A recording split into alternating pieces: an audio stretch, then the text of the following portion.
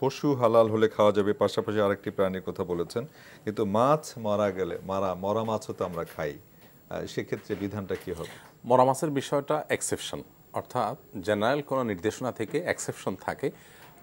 মরা মাছ এবং ফড়িং, মরা ফড়িং এই দুইটা বিষয় এক্সেপশনের মধ্যে পড়ে, অর্থাৎ এগুলো জবে করা আছে আমরা খেতে পারবো।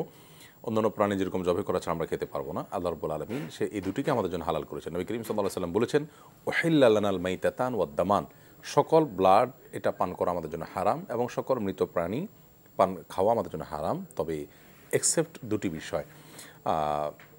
মৃত প্রাণীর মধ্যে নবী সাল্লাল্লাহু আলাইহি ওয়াসাল্লাম বলেছেন যে আসসামাক, একটা হলো মাছ, আরেকটা হলো ওয়াল জারাদ অর্থাৎ ফড়িং। এই ফড়িং এবং মাছ এগুলো মৃত হলেও খাওয়া যাবে, এগুলো আমাদের জন্য হালাল।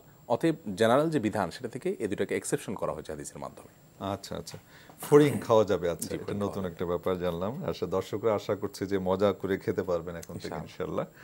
ভাই সাব্বির আহমেদ, সাব্বির ভাই কুমিল্লা থেকে আপনি প্রশ্ন করেছেন, দিনের দাওয়াত দেওয়াটা খুব জরুরি, আপনি ফিল করছেন, নামাজ পড়ছেন, তাবলিগে মাঝে মাঝে সময় দেন, ওনার কাছে কিছু জিনিসের সন্দেহ দৃক করেছে তাবলিগের বিষয়, এই বিষয়ে যদি বলতেন একটু। দেখুন, দিনের দাওয়াতের বা দিন প্রচারের যত প্ল্যাটফর্ম পৃথিবীতে এখন আছে, এই সমস্ত প্ল্যাটফর্মগুলোই আমাদের নিজেদের তৈরি করা। অর্থাৎ প্ল্যাটফর্ম তৈরি করা মানে আমি বোঝাচ্ছি যে এই একটা নির্দিষ্ট সিস্টেম পদ্ধতি, এটা আমাদের আবিষ্কার। হুবহু এই প্ল্যাটফর্ম নবী করিম সাল্লাল্লাহু আলাইহি ওয়াসাল্লাম এভাবে রেখে গেছেন, ব্যাপারটি এরকম নয়। তাহলে আমাদের প্ল্যাটফর্ম ব্যবহারে মৌলিকভাবে কোনো দোষণীয় বিষয় নাই, যদি আমরা সচেতনভাবে সে প্ল্যাটফর্মে কী কী সমস্যা আমার কাছে দৃষ্টিগোচর হচ্ছে সেগুলো থেকে আমি নিজেকে বাঁচিয়ে রেখে যদি আমি চলতে পারি, সে অ্যাবিলিটি যদি আমার থাকে।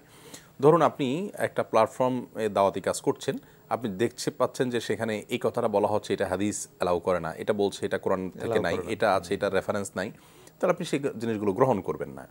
এবং গ্রহণ না করে যদি আপনি সেখানে কাজ করতে পারেন, বেছে যদি আপনি চলতে পারেন, সেটা আপনি চলতে পারেন।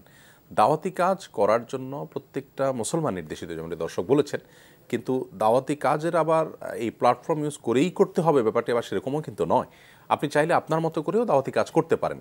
সেটা এভাবে হতে পারে, আপনি আপনার বাসায় আপনার পরিবারকে দাওয়াত দিলেন, আপনার পরিচিত জনকে দাওয়াত দিলেন, আপনি আপনার প্রতিবেশীকে দাওয়াত দিলেন। দাওয়াত মানে আমরা মনে করি শুধু কথা বলা, দাওয়াত মানে কিন্তু শুধু কথা বলা নয়।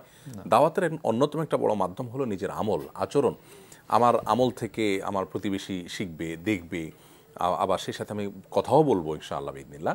তবে দাওয়াত হবে নবী করিম সাল্লাল্লাহু আলাইহি সাল্লামকে যেমন আল্লাহ তাআলা নির্দেশ করেছেন, বাল্লিগ মা উনজিলা ইলাইক, হে রাসূল আপনার কাছে যা নাজিল হয়েছে ওহী, সেটার তাবলীগ করুন, সেটার প্রচার করুন। অতএব প্রচার কোনো নিজেদের বানানো কল্প কাহিনী অথবা আপনার রেফারেন্সবিহীন কোনো কথাবার্তার নয়, আনঅথেন্টিক কোনো কথাবার্তার নয়, কোরআন এবং সুন্নাহ ভিত্তিক দাওয়াত আমরা দেবো ইনশাআল্লাহ।